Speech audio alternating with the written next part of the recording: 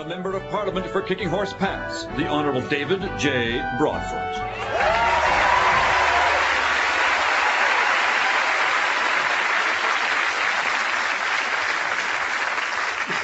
You know, there have been so many answers flying around this year. What we desperately need right now are some questions.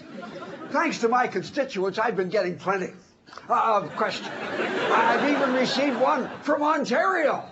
And this woman asks about the developers who came up with the home design of the two-car garage with the living quarters added on at the back. This woman says when we drive out into the Ontario countryside, we see miles and miles and miles of these identical homes stretching as far as the eye can see. What can we do about it? Well, I've looked into this, and apparently these subdivisions have been carefully designed to recapture the spirit of the British coal mining slums at the turn of the century. Here's a challenging question.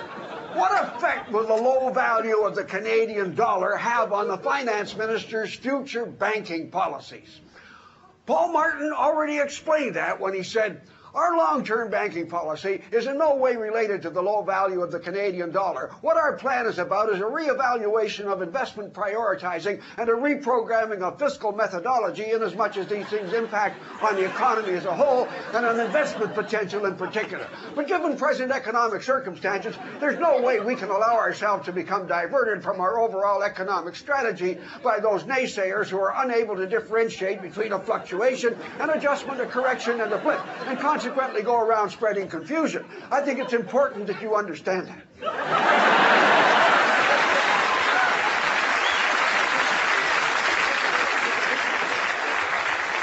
Next question. Mr. Member, why is it impossible to reform our Senate? Well, the Prime Minister says the problem is one of perception. People think half of the senators work and the other half do nothing, when the truth is exactly the reverse of that.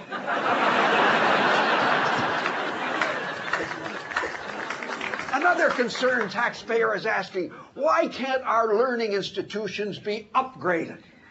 Changes are coming. Secondary school curriculums will be modified to include a new general proficiency test. If Barry has 2 ounces of cocaine and he sells 6 grams to Harold for $320 and 2 grams to Jeremy for $55, what is the street value of the balance of Barry's cocaine if he doesn't cut it?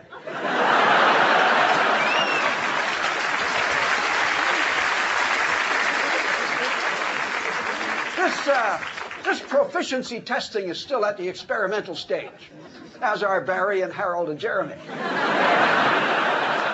Yet another question. For quite some time, Canadians have enjoyed a positive image in the rest of the world. How can we hang on to this positive image? Well, for one thing, we can learn to listen. A terrorist recently apprehended 2 oil executives, a Canadian and an American. The terrorist told them, before I shoot you, I'll allow you to make a statement depending on what you want to talk about. The Canadian said back home people are talking about national unity and the possibility of secession. So I'd like to talk about the evolution of the constitutional process and its relation to special status, distinct society, and the possibility of maintaining uniqueness within a multicultural environment in the wake of any future referendum. The terrorist asked the other hostage what he'd be saying. The American said, nothing, just shoot me before the Canadian starts talking.